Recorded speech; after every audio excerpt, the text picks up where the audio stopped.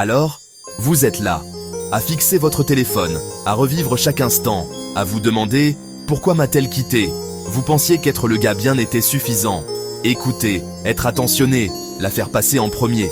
Mais maintenant, seul, vous réalisez que le conte de fées était un mensonge. La vérité, tout ce que vous pensiez savoir sur l'attirance et les relations est probablement faux. Vous êtes devenu prévisible et à ses yeux, jetable. Il ne s'agit pas de blâmer. Il s'agit d'une incompréhension fondamentale de l'attirance. Elle n'est pas partie à cause d'une erreur. Son attirance s'est estompée, lentement, puis d'un coup. Les choses que vous pensiez construire son amour ont en fait tué son désir. C'est votre signal d'alarme. Il est temps de faire face à la réalité et de changer. Parlons du paradoxe du nice guy. Plus vous donnez, moins vous devenez attirant. Vous avez fait d'elle votre mission, votre but. Mais aucune femme ne veut être le monde entier d'un homme. Votre gentillesse est devenue prévisible, ennuyeuse, une marchandise. La rareté crée de la valeur, le défi crée le désir. Vous n'avez offert ni l'un ni l'autre.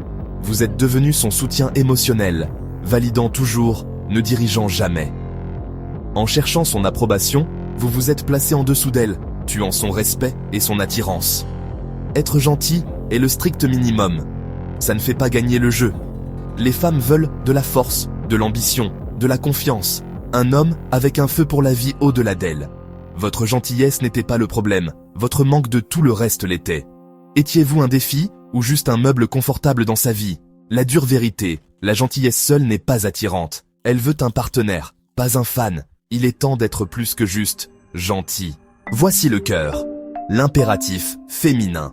Les femmes sont programmées pour chercher la meilleure option possible pour la survie et le succès. Son amour est lié à l'attirance et à la sécurité. Si vous stagnez, ses instincts sonnent l'alarme. Elle ne le choisit pas consciemment, c'est primal. Quand vous arrêtez de grandir, son subconscient se demande « Est-ce le mieux que je puisse faire ?» Le monde continue de tourner, et ses instincts continuent de chercher la plus haute valeur.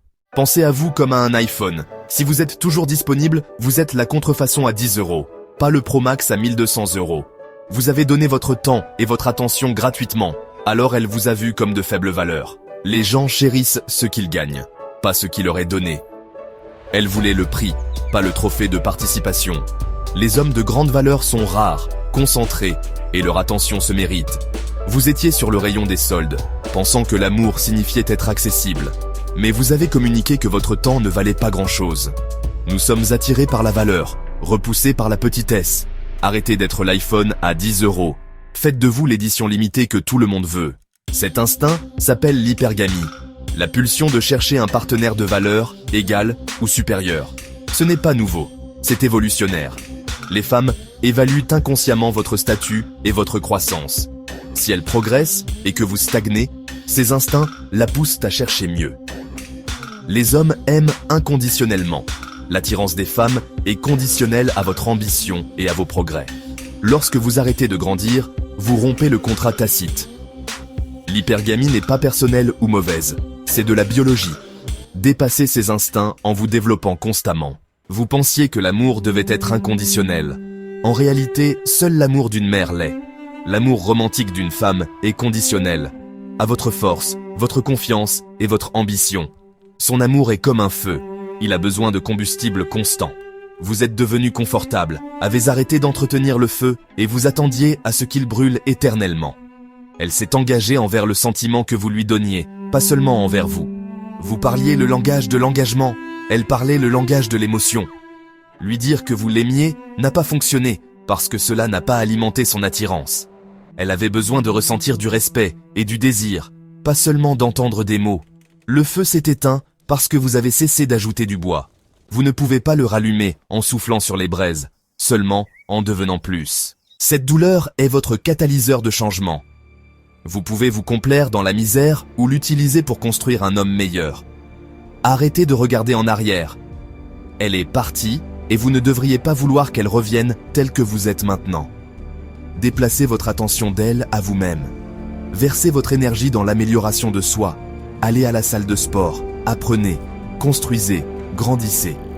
Faites tellement de progrès que votre ancien moi soit méconnaissable. Ne le faites pas pour elle. Faites-le pour votre propre respect de soi. Décidez que vous ne serez plus jamais l'homme laissé pour compte. Forgez-vous dans cette douleur. Laissez-la brûler la faiblesse et le besoin. Émergez plus fort, plus concentré et inarrêtable. La douleur est le feu. Vous êtes l'acier. Utilisez-la.